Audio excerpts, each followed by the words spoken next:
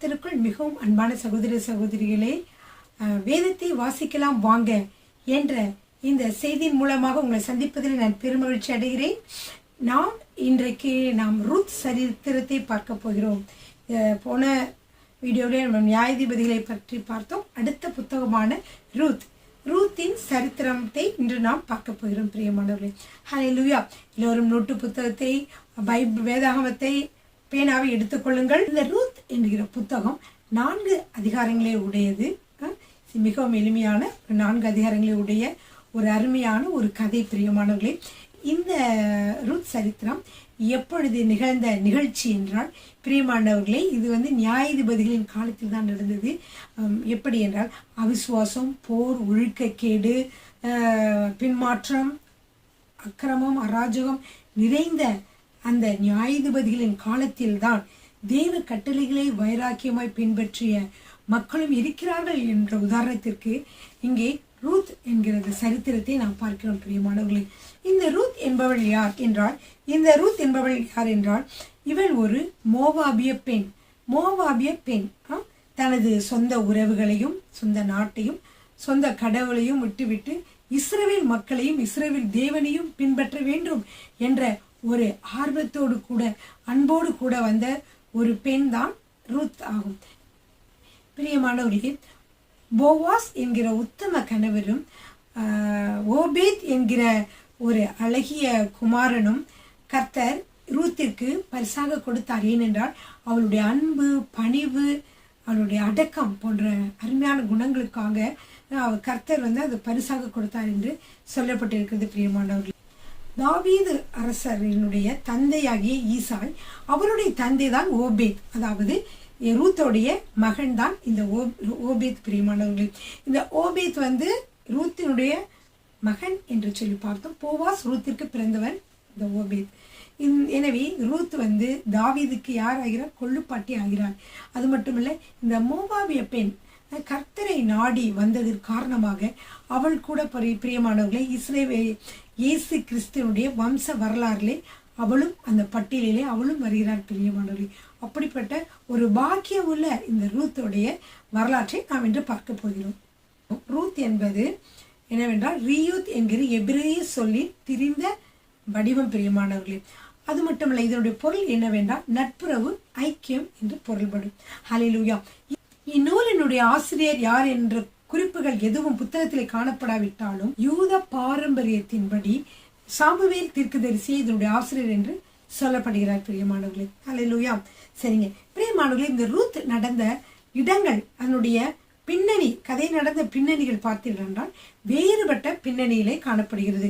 முதலாவது பார்த்தீங்கன்னா மோவாப் நாடு. இது 1ஆம் அதிகாரத்தில் 1 to 18 வரைக்கும் 10 வருடங்கள் உள்ள 10 வருட காலகட்டத்தில் நிகழ்ந்த நிகழ்வுகளை காணலாம். ஃபர்ஸ்ட் 1ஆம் அதிகாரம் 1ஆம் வசனம் முதல் 1ஆம் அதிகாரம் 18வது வசனம் வரைக்கும் நீங்கள் 10 வருட நிகழ்வுகளை காணலாம். இது மோவாப் நாடில் நடந்தது. முதல்வது மோவாப் நாடு. இரண்டாவது பெத்லஹேமின் ஒரு வயல் பகுதி.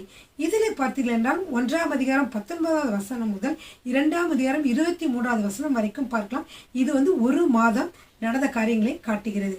அப்புறம் 3வது பகுதி என்னவென்றால் பெத்லஹேமின் ஒரு போரடிக்கும் களம். இதுல 3ஆம் அதிகாரம் 1வது வசனம் முதல் 3ஆம் அதிகாரம் 18வது வசனம் வரைக்கும் காணப்படுகிறது. இது ஒரு நாளில் நிகழ்ந்த நிகழ்வு. 4வதாக பார்த்தீர்கள் என்றால் பெத்லஹேமின் நகரம். 4ஆம் அதிகாரம் 1வது வசனம் முதல் 4ஆம் அதிகாரம் 22வது வசனம் வரைக்கும். 4ஆம் அதிகாரம் 1வது வசனம் முதல் 22 வசனம் வரைக்கும் இது 1 வருட காலத்தினுடைய கதைகளை காணலாம். இப்படியாக மோவாப் நாடு, பெத்லஹேமினுடைய ஒரு வயற்பகுதி, பெத்லஹேமிலே ஒரு போரடிக்கும் களம், இன்னொன்று பெத்லஹேமின் நகரம். நம்முடைய 4 இடங்களிலே இது காணப்படுகிறது. இந்த வரலாற்று பின்னணி காணப்படுகிறது. பிரியமானவர்களே, இதனுடைய காலகட்டம் அளவு என்னென்றால் கிமு 1370 முதல் 1050 வரை, அதாவது நியாயாதிபதிகளின் காலத்தில் தான் இந்த கதைகள் நடந்தேறியிருக்கின்றன. இந்த குறிப்பிட்ட காலகட்டத்திலே நடந்த வரலாற்று செய்திகளை படம் பிடிப்பதற்கு மட்டுமல்ல, இங்கு ஒரு அழகான விசித்திரமான ஒரு சம்பவத்தையும் படம் பிடிப்பதற்காகவே இந்த நூல் எழுதப்பட்டுள்ளது. இந்த ரூத் புத்தகத்தில் கிறிஸ்து காணப்படுகிறார். ஆம் பிரியமானவர்களே, இதில் மீட்கும் உறவினர் என்கிற பொருள் தரும் கோயேல் என்கிற எபிரேய சொல்லாட்சி கிறிஸ்துவின் மீட்பு செயலை சுட்டி காட்டும் ஒரு முக்கியமான ஒரு இடத்தை வகிக்கிறது பிரியமானவர்களே. ஹல்லேலூயா. இதிலே கிறிஸ்து வெளிப்படுகிறார். இதில் போவாஸ் மீட்கும் உறவினராக இங்கே யார் இருக்கிறார்? போவாஸ் இருக்கிறார். அதாவது சுதந்திரவாளி என்று இதில் அடிக்கடி 13 இடங்களில் வந்திருக்கும். அப்படி என்றால் கோயல் என்கிற எபிரேய சொல்லை பொருள்படும். இந்த சொல்லின்படி என்னவென்றால் இந்த உறவினருக்கு காணப்பட வேண்டிய தகுதிகள் என்னவென்று சொல்லி பார்த்தால், அதாவது இந்த சுதந்திரவாளி என்று சொல்லக்கூடிய போவாஸ் அவருக்கு காணப்பட வேண்டிய தகுதிகள் அப்படியே கிறிஸ்துவுக்கும் இருக்கிறதை பார்க்கலாம். என்னென்ன பார்க்கலாமா? ஒன்று, இந்த உறவினர் மீட்கப்பட வேண்டியவர்களோடு இரத்த உறவு கொண்டவர்களாக இருக்க வேண்டும், அதாவது உறவின் முறை உள்ளவர்களாக இருக்க வேண்டும். 2வது, மீட்பு விலை கொடுக்கும் தகுதி அவருக்கு இருக்க வேண்டும்.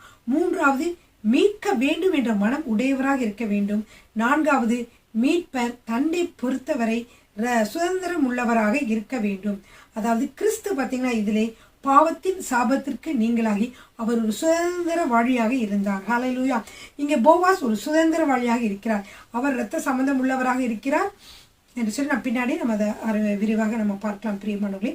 இதிலே முக்கிய வசனம் என்னவென்றால் ரூத் 1:16 வசனம். அதற்கு ரூத், நான் உம்மை பின்பற்றாமல் உம்மை விட்டு திரும்பி போவதை குறித்து என்னோட பேச வேண்டாம். நீர் போகும் இடத்திற்கு நானும் வருவேன், நீர் தங்கும் இடத்தில் நானும் தங்குவேன். உம்முடைய ஜனம் என்னுடைய ஜனம், உம்முடைய தேவன் என்னுடைய தேவன் என்று சொல்லுகிறாள் ரூத் சொல்லுகிறார். இது ஒரு அருமையான வசனம் பிரியமானவர்களே. இதுல ஒரு முக்கிய வசனமாக நம்ம இதை எடுத்துக்கொள்ளலாம். சரிங்க பிரியமானவர்களே, இந்த 4 அதிகாரங்களை கொண்ட இந்த ரூத் சரித்திரத்தை நாம் என்ன செய்யலாம் என்றால் ஒரு 2 பிரிவுகளாக பிரிக்கலாம். 2 பெரும் பிரிவுகள் என்னென்ன? ரூத்தும் நகோமியும். ரூத்தும் நகோமியும் 1ஆம் அதிகாரம் 1ஆம் வசனம் முதல் 3வது அதிகாரம் வரைக்கும் ரூத்தும் நகோமியும் பற்றி பார்க்கலாம். அடுத்து ரூத்தும் போவாசும். இது 3ஆம் அதிகாரம் 1வது வசனம் முதல் 4வது அதிகாரம் 22வது வசனம் வரைக்கும் காணப்படுகிறது. அப்ப ரூத் எத்தனை வகையாக பிரிக்கலாம்? ரூத் சரித்திரத்தை 2 வகையாக பிரிக்கலாம்.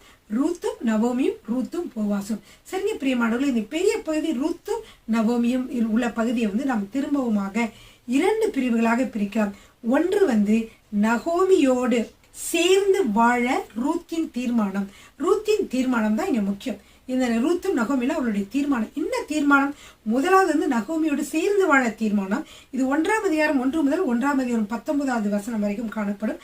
அடுத்து நகோமியை பராமரிக்க ரூத்தினுடைய தீர்மானம். ஏன்னா முதல்ல அவங்களோட கூட சேர்ந்து வாழ தீர்மானிக்கிறாங்க. 2வதாக நீங்க பார்த்தீங்கன்னா அவர்களை பராமரிக்க தீர்மானிக்கிறாள். இதை 1ஆம் அதிகாரம் 19வது வசனம் முதல் 3ஆம் அதிகாரம் 1வது வசனம் வரைக்கும் நீங்க பார்க்கலாம். அடுத்த 2வது பெரும்பிரிவு என்ன சொன்னேன்? ரூத்தும் போவாசும். இந்த ரூத்தும் போவாசும் பகுதியும் இதே போல 2 பெரும் பிரிவுகளாக பிரிக்கலாம். ஒன்று, போவாஸ் ரூத்தை பராமரிக்கிறார். இது 3ஆம் அதிகாரம் 1வது வசனம் முதல் 4ஆம் அதிகாரம் 1வது வசனம் வரைக்கும் இருக்கும். அடுத்து புது தலைமுறை பிறப்பு. இந்த புது தலைமுறை பிறப்பு 4ஆம் அதிகாரம் 1ஆம் வசனம் முதல் 4ஆம் அதிகாரம் 22ஆம் வசனம் வரைக்கும் பார்க்கலாம் பிரியமானவர்களே. நாம் இந்த வேதத்தை எடுத்துக்கொள்வோம். வேதத்தின் வழியாக சில காரியங்களை நாம் பார்க்கலாம் பிரியமானவர்களே. இந்த பெண் மோவாபிய பெண் என்று சொல்லி பார்த்தோம் அல்லவா? மோவாபிய பெண் கர்த்தருடைய சந்ததியுடைய அட்டவணையிலே யார் வருகிறார்? இந்த மோவாபிய பெண்ணும் வருகிறார் பிரியமானவர்களே. மோவாபியர் என்றால் முதலாவது அவர்களை பற்றி பார்த்தால் உபாகமம் 23:3-5 வரைக்கும் வாசிக்கிறேன். அம்மோனியனும் மோவாபியனும் கர்த்தருடைய சபைக்கு உட்படலாகாது. 10ஆம் தலைமுறையிலும் என்றைக்கும் அவர்கள் கர்த்தருடைய சபைக்கு உட்படலாகாது. நீங்கள் எகிப்திலிருந்து புறப்பட்டு வருகிற வழியிலே அவர்கள் அப்பத்தோடும் தண்ணீரோடும் உங்களுக்கு எதிர்கொண்டு வராதது நிமித்தமும் உன்னை சபிக்கும்படியாய் மெசபதோமியாவின் ஊராகிய பெத்தோரில் இருந்த பேயோரின் குமாரன் பீலேயாமுக்கு கூலி பேசி அவனை அழைப்பித்தது நிமித்தமும் இப்படி செய்ய வேண்டும். உன் தேவனாகிய கர்த்தர் பீலேயாமுக்கு செவி கொடுக்க சித்தம் இல்லாமல் உன் தேவனாகிய கர்த்தர் உன்மேல் அன்பு கூர்ந்தபடினால் உன் தேவனாகிய கர்த்தர் அந்த சாபத்தை உனக்கு ஆசீர்வாதமாக மாறப்பண்ணி. பிரியமானவரே, கர்த்தர் நம்மை ஆசீர்வதிக்க பிரியமுள்ளவர், ஆசீர்வதிக்க சித்தமுள்ளவர். இதில் பார்க்கிற பொழுது அம்மோனியனும் மோவாபியனும் கர்த்தருடைய சபைக்கு உட்படலாகாதுன்னு சொன்னார். அதுக்கு என்னென்ன காரணம் ஆண்டவர் சொல்றாருன்னா, நீங்கள் எகிப்திலிருந்து புறப்பட்டு வருகிற பொழுது உங்களை கவனிக்க, உங்களை உபசரிக்க அவர்கள் அப்பம் தண்ணீரும் கொடுத்து உங்களை வரவேற்கவில்லை. அடுத்ததாக பார்த்தீர்கள் என்றால் அங்கே இருக்கக்கூடிய அந்த மோவாப மன்னன் என்ன செய்தான் என்றால் பீலேயாமை கூப்பிட்டு, பீலேயம் என்ற தீர்க்கதரிசியை கூப்பிட்டு, நீ போய் இஸ்ரவேல் மக்களை சபி, அவர்கள் எப்பொழுது பார்த்தாலும் ஆசீர்வதிக்கப்பட்டவர்களாக இருக்கிறார்கள், எப்பொழுதும் எந்த நாட்டையும் பிடித்தவர்களாக இருக்கிறார்கள், இவர்கள் நம்முடைய நாட்டையும் பிடித்து விடுவார்கள், எனவே என்ன செய்ய அவர்களை சபி சபி என்று சொல்லுவார். அப்படி சபிக்க சொல்லுவார். ஆனாலும் அவர் சபிக்கிற பொழுது ஆண்டவர் எல்லாவற்றையும் அது ஆசீர்வாதமாக மாற்றினார். அதைத்தான் இந்த ஆண்டவர் சொன்னார், உன் தேவனாகிய கர்த்தர் பிலேயாமுக்கு செவி கொடுக்க சித்தம் இல்லாமல் உன் தேவனாகிய கர்த்தர் உன்மேல் அன்பு கூர்ந்தபடியினார் உன் தேவனாகிய கர்த்தர் அந்த சாபத்தை உனக்கு ஆசீர்வாதமாக மாற பண்ணினார் என்று சொல்லி பார்க்கிறோம். பிரியமானவரே, இந்த காரியங்களிலே நான் உங்களுக்கு என்ன சொல்ல விரும்புகிறேன் என்றால், இந்த மோவாபிய பெண் ஒரு சபிக்கப்பட்டவளாக இருந்தாலும் கர்த்தர் என்ன செய்தார் என்றால் அந்த சாபத்தை மாற்றினார். எப்பொழுது அவளுடைய தேசத்தை விட்டு இஸ்ரவேல் தேசத்து மக்கள் மீதும் இஸ்ரவேல் தேசத்து இறைவனாகிய தேவன் மீதும் அவள் அன்பு கூர்ந்து வந்ததினாலே, அப்படிப்பட்டவளாக அவள் வந்தது நிமித்தமாக அவளுடைய சாபத்தை கர்த்தர் ஆசீர்வாதமாக மாற்றியதை பார்க்கிறோம். பிரியமானவர்களே, ஹல்லேலூயா. ஏன் இந்த மோவாபியர்கள் சபிக்கப்பட்டவர்கள் என்றால், இதை நீங்க ஆதியாகமம் 19வது அதிகாரத்துல நீங்க 30 முதல் 38 வரைக்கும் எழுதி வைத்துக் கொள்ளுங்கள். நீங்க ஃப்ரீயா இருக்கும்போது நீங்க படிக்கலாம். ஆதியாகமம் 19வது அதிகாரம் 14வது வசனம், ஆதியாகமம் 19வது அதிகாரம் 30 முதல் 38 வசனங்களை நீங்கள் எழுதி வைத்துக் கொள்ளுங்கள். பிரியமானவர்களே, நோட்டு புத்தகத்தை நீங்கள் எடுத்துக்கொள்ளுங்கள். நாம் ரூத்தினுடைய சரித்திரத்தை பார்க்க போகிறோம். ரூத் 4 அதிகாரங்களே உடையது என்று சொன்னேன். அதிலே முதல் அதிகாரத்திலே பார்த்தீர்கள் என்றால் இந்த ரூத்தின் சரித்திரம் எப்பொழுது நடந்தது என்று சொல்லி நாம் அதை பார்க்கலாமா? 1ஆம் அதிகாரம் 1ஆம் வசனம், நியாயாதிபதிகள் நியாயம் விசாரித்து வரும் நாட்களில் தேசத்திலே பஞ்சம் உண்டாயிற்று. அப்பொழுது யூதாவில் உள்ள பெத்லகேம் ஊரானாகிய ஒரு மனுஷன் தன் மனைவியோடும் 2 குமாரரோடும் கூட மோவாப் தேசத்திலே போய் சஞ்சரித்தான். பாருங்க பிரியமானவர்களே, இந்த சரித்திரம் ரூத்தின் சரித்திரம் எப்பொழுது நடந்தது என்றால் நியாயாதிபதிகளின் காலத்திலே நடந்தது என்பதற்கு அத்தாட்சியாக 1ஆம் அதிகாரம் 1ஆம் வசனத்திலே நாம் பார்க்கலாம். நம்ம 2-3 வசனங்களிலே நாம் அருமையா பார்க்கலாம். அந்த மனுஷனுடைய பெயர் என்னவென்றால் எலிமெலேக்கு, அவன் மனைவியின் பெயர் நகோமி. அவனுடைய 2 குமாரில் ஒருவன் மக்லோன், மற்றொருவன் கிலியோன். யூதாவிலுள்ள பெத்லகேம் ஊராகி எப்ராத்தியராகிய அவர்கள் மோவாப் தேசத்துக்கு போய் அங்கே இருந்து விட்டார்கள். பிரியமானவர்களே, பாருங்க, இவர் மோவாப் தேசத்துக்கு போயிருக்காங்க. எங்க இருந்து? பெத்லகேம்ல இருந்து. பெத்லகேம்னா அப்பத்தின் வீடுன்னு சொல்லுவாங்க. அங்கிருந்து அவர் எங்க போயிட்டாரு? மோவாப் என்கிற ஒரு அந்நிய தேசத்துக்கு போய்விட்டார் என்று சொல்லி பார்க்கிறோம். பிரியமானவர்களே, இங்கே பஞ்சம் இல்ல, பஞ்சத்திலே இவர்கள் வாடினாலும் எப்படியாவது இங்கே அவர்கள் இருந்து ஆண்டவரை நம்பி இருந்தால் ஆண்டவர் அவர்களுக்கு உதவி செய்வார் இல்லையா? பிரியமானவர்களே, ஏன் பஞ்சம் வந்தது? பிரியமானவர்களே, ஏன் பஞ்சம் வந்தது என்று நான் சொல்கிறேன். ஏனென்றால் ரூத் சரித்திரம் எப்ப நடந்தது? நியாயாதிபதிகளின் காலங்கள். நியாயாதிபதியின் காலங்களில் மக்கள் கர்த்தருக்கு பிரியமில்லாதவர்களாக நடந்ததுனாலே என்ன ஆகிவிட்டது? பஞ்சம் வந்தது. உங்களுக்கு எல்லாருக்கும் தெரியும், உபாகமம் 28வது அதிகாரம் 1லிருந்து 14 வரைக்கும் கர்த்தர் ஆசீர்வாதங்களை கொடுக்கிறார். இப்படி நான் சொன்ன இந்த கட்டளைகளை நீங்கள் கை கொண்டு நடக்கிற பொழுது இதெல்லாம் நடக்கும் என்று சொன்னார். அதே போல அதை கை கொள்ளாவிட்டால் எப்படிலாம் நடக்கும் என்று 14வது வசனத்திற்கு அப்புறமாக சொல்லப்பட்டிருக்கிறது. அதன்படியே அவர்களுக்கு பஞ்சம் அங்கே வந்தது. சரிங்களா? பிரியமானவர்களே, இப்பொழுது அங்கே போய் அங்கே இருந்து விட்டார் என்று சொல்லி பார்த்தோம். மோவாப் தேசத்தில் அவர்கள் இருந்த பொழுது அவர்கள் குடும்பத்துக்கு என்ன நேர்ந்தது? முதலாவது பாருங்க, நகோமியின் புருஷனாகிய எலிமெலேக்கு இறந்து போனான். அவளும் அவளுடைய 2 குமாரும் மாத்திரம் இருந்தார்கள். இவர்கள் மோவாபியரின் பெண் கொண்டார்கள். அவர்களில் ஒருத்தி பேர் ஒர்பாள், மற்றவள் பேர் ரூத். அங்கே ஏறக்குரிய 10 வருஷம் வாசம் பண்ணினார்கள் என்று சொல்லி பார்க்கிறோம். இப்போ அந்த பெத்லகேமில் இருந்து எலிமெலேக்கு, நகோமி, அவங்க 2 பேரு 2 குமாரர்களோடு அவங்க அங்கே போனாங்க. ஆனால் அங்கே என்ன நடந்தது? நகோமியுடைய கணவர் இறந்து விட்டார்.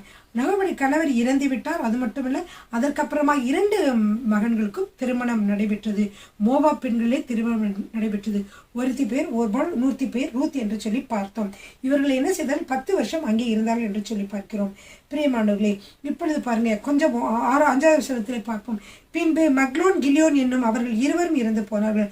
அந்த ஸ்திரீ தன் குமாரன் 2 தன் புருஷனையும் இழந்து தனித்தவளானாள் என்று சொல்லி நாம் பார்க்கிறோம். பிரியமானவர்களே, அப்பொழுது என்ன செய்கிறார் என்றால், அவர் சரி 2 மருமகள் கூட்டிக்கிட்டு சரி திருப்பியுமாக பெத்லகேம்ல ஆகாரம் உண்டாயிருக்கிறது என்று கேள்விப்பட்ட உடனே, அங்கே பஞ்சமெல்லாம் போய்விட்டது என்று கேள்விப்பட்ட உடனே, வாங்க நம்முடைய இடம் இருக்கிறது, வயல் இருக்கிறது, எல்லாம் இருக்கிறது, வாங்க நாம் செல்லலாம் என்று சொல்லி என்ன செய்தார்கள்? அவர்கள் இங்கே வந்தார்கள். அப்படி வருகிறதுக்கு முன்பாக, அந்த பெத்லகேம் திரும்பி வருகிறதுக்கு முன்பாக அவர் என்ன செய்தார் என்றால், இந்த 2 மருமகளிலும் சொல்கிறார், நீங்கள் உங்கள் தேசத்திற்கு போய் உங்கள் தேவர்களை பின்பற்றி நீங்கள் அங்கேயே யாராவது திருமணம் முடித்துக்கொண்டு சந்தோஷமாக இருங்கள் என்று சொன்னாள். ஆனால் இருவரும் இல்லை உங்கள் கூடயே தான் வருவோம் என்று சொன்னார்கள். இப்போ திரும்பமா சொன்னாங்க, இனிமேல் என்ன உங்களுக்காக நான் குழந்தையா பெற்று கொடுக்க முடியும், நான் இப்போ குழந்தை பெற்றா கூட அது வளர்ந்து வர்றதுக்குள்ளே நீங்கள் எப்போ வயசாயிருவீங்க, ஸோ என்னால் உங்களுக்கு கணவன்மார்களை தேர்ந்தெடுத்து கொடுக்க முடியாது, எனவே நீங்கள் உங்கள் நாட்டிலே போய் நீங்கள் இருக்கலாம் என்று சொன்னார். கோமி சொல்கிறாங்க, உன்னோட சகோதரி திரும்பவுமாக மோவாப் தேசத்துக்கு சென்று விட்டால் நீயும் சென்று விடு என்று சொல்லி ரூத்தை பார்த்து சொல்கிறாங்க. அப்போ ரூத் இதுக்கு என்ன சொல்கிறாங்கன்னா, 1:16 அதற்கு ரூத், நான் உம்மை பின்பற்றாமல் உம்மை விட்டு திரும்பி போவதை குறித்து என்னோட பேச வேண்டாம், நீர் போகும் இடத்திற்கு நானும் வருவேன், நீர் தங்கும் இடத்திலே நானும் தங்குவேன், உம்முடைய ஜனம் என்னுடைய ஜனம், உம்முடைய தேவன் என்னுடைய தேவன், நீர் மரணமடையும் இடத்தில் நானும் மரணமடைந்து அங்கே அடக்கம் பண்ணப்படுவேன், மரணமே இல்லாமல் வேறொன்றும் நம்மை விட்டு என்னை பிரித்தால் கர்த்தர் அதற்கு சரியாகவும் அதற்கு அதிகமாகவும் எனக்கு செய்ய கடவர் என்றான். பிரியமானவர்களே, ரூத்தோட குணத்தை பார்த்தீங்களா, எவ்வளோ ஒரு நல்ல குணம். என்னை கணவர் இருந்த பொழுது மாமியாரோட இருந்தாங்க, இப்போ என்ன ஆச்சு, இப்போ வந்து கணவர் இறந்து விட்டார், 2 பேரும் அந்த நகோமிக்கும் கணவர் இல்லை, ரூத்துக்கும் கணவர் இல்லை, ஒர்பாலுக்கும் கணவர் இல்லை, எல்லா ஆண்களும் இறந்து விட்டாங்க. அப்படி இருக்கிற சூழ்நிலையிலே இந்த ரூத் ஒர்பால் போன மாதிரியே அவளும் சென்று விடாமல், பாவம் இந்த மாமியார் எப்படி இருப்பார், எப்படி அவருக்கு நிம்மதியோடு இருப்பார், எவ்வளோ கவலோடு இருப்பாங்க, அதனால் நம்ம அவங்களோட கூட இருக்க வேண்டும் என்று சொல்லி மருமகள் என்ன செய்கிறாள் என்றால் நகோமி கூடையே வருகிறாள். இந்த நகோமி கூடையே அவள் வருகிற பொழுது அவளுடைய அன்பு, அவளுடைய எப்படி சொல்றது, அவளுடைய சுயநலம் தன்னலம் அற்றவளாக அவள் அங்கே வருகிறாள். 20-21 வாசித்தாள். அதற்கு அவள், நீங்கள் என்னை நகோமி என்று சொல்லாமல் மாறாள் என்று சொல்லுங்கள், சர்வ வல்லவர் எனக்கு மிகுந்த கசப்பை கட்டளையிட்டார், நான் நிறைவுள்ளவளாய் போனேன், கர்த்தர் என்னை பெருமையாய் திரும்பி வர பண்ணினார், கர்த்தர் என்னை சிறுமைப்படுத்தி சர்வ வல்லவர் என்னை கிளேசப்படுத்தியிருக்கேன், நீங்கள் என்னை நகோமி என்பானேன் அப்படின்னு அவள் சொல்றா. உண்மையில பார்த்தீர்கள் என்றால் இவர்கள் தான் கர்த்தரை விட்டு தூரம் போனார்கள், அதாவது இஸ்ரவேல் தேசத்தை விட்டு மோவாப் தேசத்திற்கு சென்றார்கள் அல்லவா. ஆனால் அதனால் ஏற்பட்ட எல்லா விளைவுகளும் அவர்கள் தான் செய்தார். ஆனால் அவர்கள் என்ன செய்யறாங்க, நகோமி வந்து என்ன செய்யறாங்க, எல்லாத்தையும் ஆண்டர் மேல போடுறாங்க, கர்த்தர் என்னை இப்படி ஆக்கிட்டார் அப்படி ஆக்கிட்டார், கர்த்தர்கிட்ட வந்தா கர்த்தர் எப்பயுமே நம்மளை ஆசீர்வதிக்க வல்ல மேலவராக இருக்கார், இப்பொழுது அவள் வந்திருக்கிறார் இல்லையா. நகோமிக்கு அவளுடைய புருஷனாகிய எலிமெலேக்கின் உறவின் முறையில் போவாஸ் என்னும் பெயருள்ள மிகுந்த ஆஸ்திக்காரனாகிய இனத்தான் ஒருவன் இருந்தான். இந்த மோவாபிய ஸ்திரியான ரூத் என்பவள் நகோமியை பார்த்து, நான் வயல்வெளிக்கு போய், பிரியமானவர்களே இந்த கதை வந்து நீங்க இப்போ வாசிக்கும் போது நல்லா புரிஞ்சிடும், சுருக்கமா சொல்றேன். இந்த மோவாபிய பெண்ணாகிய ரூத் என்கிறவள் என்ன செய்தாள்ன்றால் நகோமியை பார்த்து, நான் போய் என்ன சொல்றாங்கன்னா, ஏழை எளியவர்கள் என்ன செய்வாங்கன்னா, இந்த அறுப்பு காலத்திலே அறுக்கிற பொழுது, கதிர்கள் அறுக்கிற பொழுது சிந்துகிற அந்த கதிர்களை பொறுக்குவதற்காக செய்வாங்க, சிந்துகிற தானியங்களே இவர்கள் பொறுக்குவார்கள்.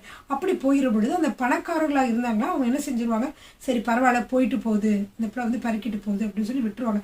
அதே மாதிரி இவர் போய் பெருக்கிற பொழுது அதுங்க கீழே சிந்தனை எல்லா தானியத்தையும் கொஞ்சம் கொஞ்சமாக பெருக்கியிருக்கான்.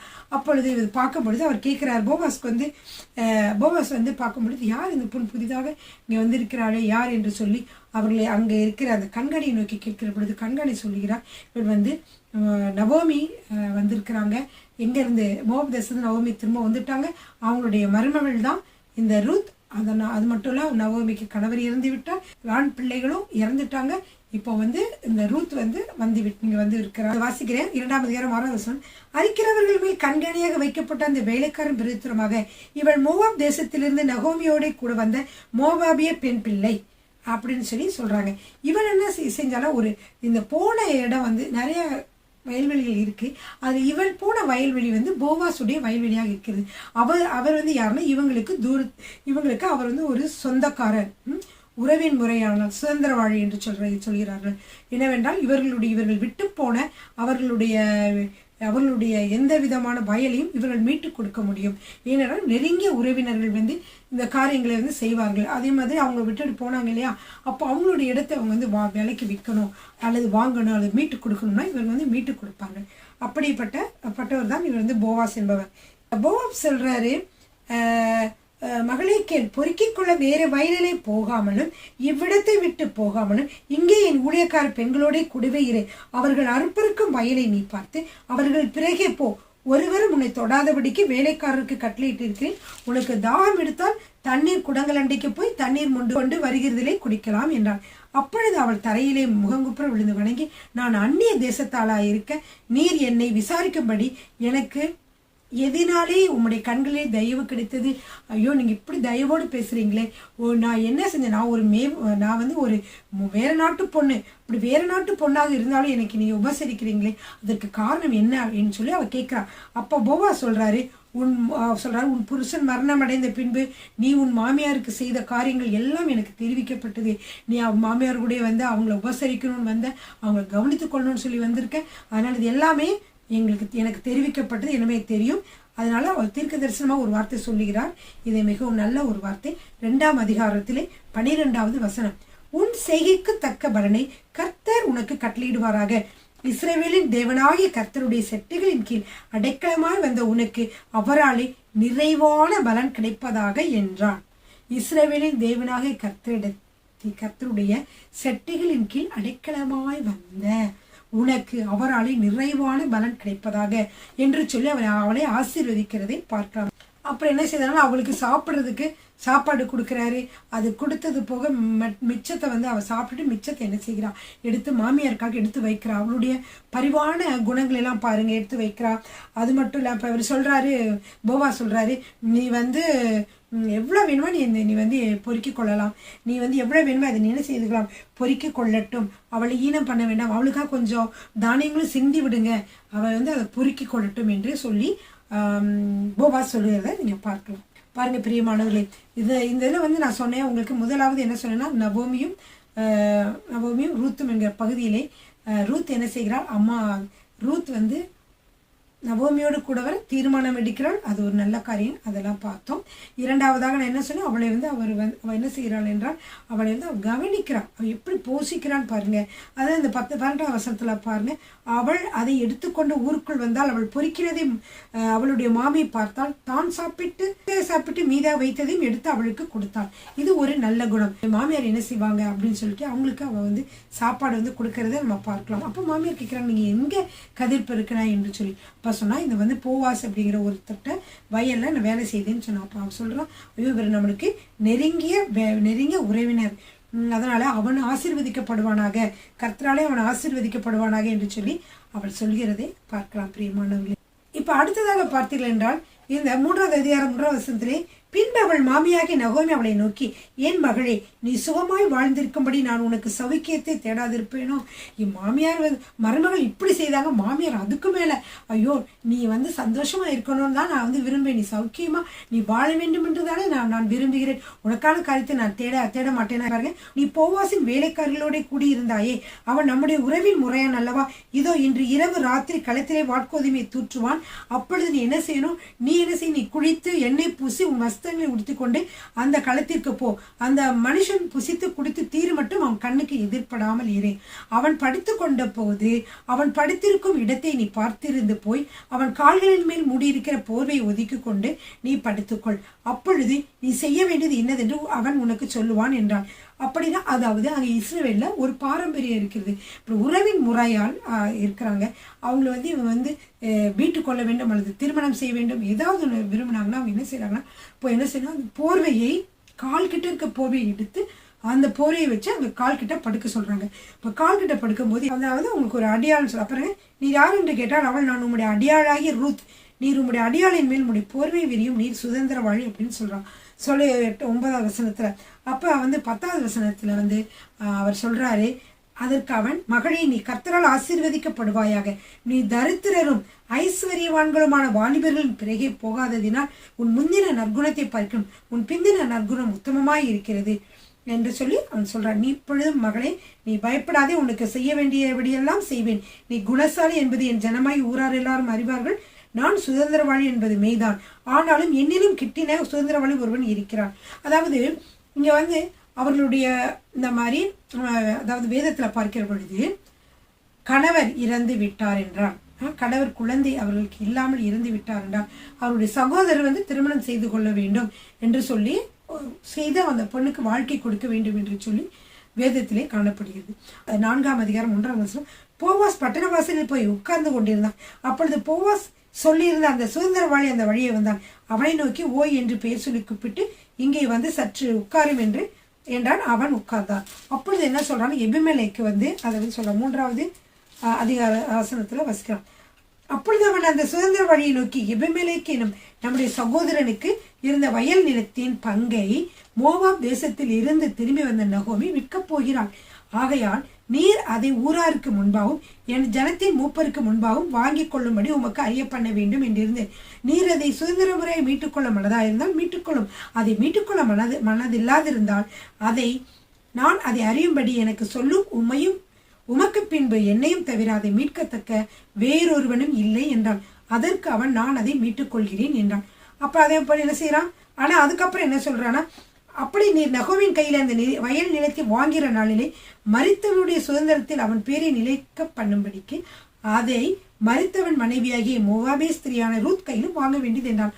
ஆனா ரூத் கையில வாங்கணும்னு சொன்னா அந்த சொல்றாரு, இல்ல நான் வந்து நான் வந்து என்னோட சுதந்திரத்தை கெடுக்க முடியாது. நான் வந்து என்ன செய்ய முடியாதா, அவளை வந்து திருமணம் பண்ண முடியாது. ஒருவேளை இவருக்கு திருமணமாக இருக்கலாம். இன்னும் சொல்றேன், நான் அவளை திருமணம் செய்து கொள்ள முடியாதுன்னு சொன்ன உடனே போவாப் சொன்னார், சரி நான் வந்து அவளை திருமணம் செய்து கொள்கிறேன் என்று சொல்லி அங்கே இருக்க அந்த 10 ஆட்களுக்கு முன்னாடி அவன் வந்து சொல்றான்.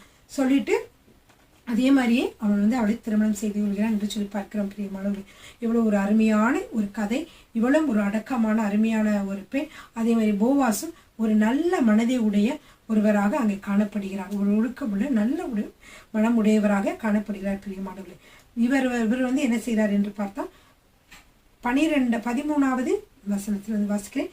போவாஸ் ரூத்தை விவாகம் பண்ணினான். அவன் அவளுக்கு மனைவியானாள். அவன் அவளிடத்தில் பிரவேசித்த போது அவள் கர்ப்பம் தரித்து ஒரு ஆண் பிள்ளையை பெற கர்த்தர் அனுகிரகம் பண்ணினார். பிரியமானவர்களே, கர்த்தர் இப்பொழுது இவர்களுடைய சந்ததியை என்ன செய்ய போகிறார், துளிர்க்க செய்ய போகிறார். நகோமியும் இவளும் அப்படியே இருந்து விட்டார்கள் என்றால் அடுத்த சந்ததியே இல்லை. ஆனால் இந்த ரூத் என்கிறவள் போய் வந்து போவாஸ் திருமணம் செய்ததினாலே இப்பொழுது நகோமியுடைய சந்ததியும் வளரப்போகிறது. பிரியமானவர்களே, அப்பொழுது ஸ்திரீகள் நகோமியை பார்த்து, சுதந்திரவாளி அற்று போகாதபடிக்கு இன்று உனக்கு தயவு செய்த கர்த்தருக்கு ஸ்தோத்திரம், அவன் பேர் இஸ்ரவேலிலே பிரபலமாக கடவுது என்று சொல்லி 14வது ரூத் 4ஆம் அதிகாரம் 14வது வசனத்திலே சொல்லப்பட்டிருக்கிறது. பிரியமானவர்களே, இப்படியே வந்து உன்னோட அருமையான 7 குமாரரை பார்க்கணும், மிகவும் அருமையான உன்னுடைய மருமகள் உனக்காக குழந்தை பெற்றாளே என்று சொல்லி எல்லாரும் அவளை வாழ்த்துகிறார்கள். அப்ப நகோமி அந்த குழந்தையை எடுத்து வளர்க்கிறார். அப்ப சொல்லுகிறார் 14வது வசனத்திலிருந்து 22வது வசனம் வரைக்கும் மிகவும் முக்கியமானது. ஏன் இந்த ரூத் கதையை நாம் இதில் நியாயாதிபதியிலே இந்த ரூத் கதையை பார்க்கிறோம் என்றால், இந்த ரூத் என்கிற மோவாபிய பெண் பிரியமானவர்களே தாவீதினுடைய பாட்டியாக இருக்கிறாள். தாவீதினுடைய கொள்ளு பாட்டியாக அவள் இருக்கிறார். அந்த வம்சத்திலே தான் இவளுடைய குமாரனாகிய ஓபேத் என்கிறவர் வந்து யாரை பெற்கிறார், ஓபேத் என்கிறவர் வந்து ஈசாயை பெற்றுக்கொள்கிறார். ஈசாய் வந்து தாவீதை பெற்றுக்கொள்கிறார் என்று சொல்லி பார்க்கிறோம். அதைத்தான் இங்க வந்து நம்ம பார்க்கிறோம். எனவே கர்த்தராகிய இயேசு கிறிஸ்துடைய வம்சத்திலே யாரெல்லாம் வருகிறார்களோ அவர்களை பற்றிய குறிப்புகள் எல்லாவற்றையும் நீங்கள் எங்கே பார்க்க முடியும், இந்த பழைய ஏற்பாட்டிலே நீங்கள் பார்க்க முடியும். பிரியமானவர்களே, எப்படி அவர்கள் இதில் வந்தார்கள். அந்த மோவாபிய பெண் கர்த்தரால் பரிசுத்தமாக்கப்பட்டு என்ன செய்யப்படும், அவளும் நம்மளுடைய இந்த ஜீனியாலஜியிலே, அதாவது இந்த வம்ச வரலாற்றிலே அவளும் இடம் பிடித்திருக்கிறாள் என்று சொல்லி பார்க்கலாம். பிரியமானவர்களே, இந்த அருமையான இந்த வசனத்தை நான் வாசிக்கிறேன். 4ஆம் அதிகாரம் 17வது வசனம். அயல் வீட்டுக்காரிகள் நகோமிக்கு ஒரு ஆண் பிள்ளை பிறந்தது என்று வாழ்த்தி அதற்கு ஓபேத் என்று பெயரிட்டார்கள். அவன் தாவீதின் தகப்பனாகிய ஈசாயின் தகப்பன். அதனுடைய வம்ச வரலாறு. பேரேசுடைய சந்ததியின் வரலாறு. பேரேஸ் எஸ்ரோனை பெற்றான். எஸ்ரோன் ராமை பெற்றான். ராம் அமினதாபை பெற்றான். அமினதாப் நகசோனை பெற்றான். நகசோன் சல்மோனை பெற்றான். சல்மோன் போவாஸை பெற்றான். போவாஸ் ஓபேத்தை பெற்றான். ஓபேத் ஈசாயை பெற்றான். ஈசாய் தாவீதை பெற்றான். எனவே ஒவ்வொரு இடத்துல ஆதியாகமத்தில் வரும்போது சொல்லிட்டே வருவேன். இந்த புத்தகங்கள் வந்து பைபிள் புத்தகங்கள் எல்லாமே முக்கியமான ஆட்களுடைய வம்ச வரலாறுகள் எழுதப்பட்டிருக்கிறது. ஆவியானவர் நமக்கு வெளிப்படுத்த விரும்புகிறார். எந்த வரலாறு, யாருடைய வம்ச வரலாறு, இயேசு கிறிஸ்துவுடைய வம்ச வரலாறு. இயேசு கிறிஸ்து வரைக்கும் யார் யார் ஆதாம்ல இருந்து தொடங்கி சொல்லிக்கொண்டே வந்திருக்கிறத நீங்க பார்த்திருப்பீங்க இல்லையா. இப்ப இதுல வந்து பேரேஸ்ல இருந்து தாவீது வரைக்கும் இதுல காணப்படுகிறது. மோவாபிய பெண் ஒழுக்கமான பெண்ணாக இங்கே வந்ததினாலே, அது மட்டும் இல்லை கர்த்தரை நம்பி அவள் வந்ததினாலே கர்த்தர் அவளுக்கு போவாஸ் கண்களை தயவு கிடைக்கும்படி செய்து அவரை அவர் மிகவும் செல்வந்தராகிய போவாஸ் என்ன செய்கிறார், இந்த பெண்ணை மணந்து கொண்டு இவர்களுடைய வாழ்க்கையிலே அருமையான ஓபேத் என்கிற மகன் பிறக்கிறான் என்று சொல்லி பார்க்கிறோம். அது மட்டுமல்ல, எல்லாரும் என்ன செய்யறாங்க, போவாசை வாழ்த்துகிறார்கள் என்று சொல்லி பார்க்கிறோம். பிரியமானவர், ஹல்லேலூயா. நீங்கள் பார்த்து கொண்டிருப்பது உங்கள் ஜாய் டிவி. உங்கள் துக்கம் சந்தோஷமாய் மாறும்.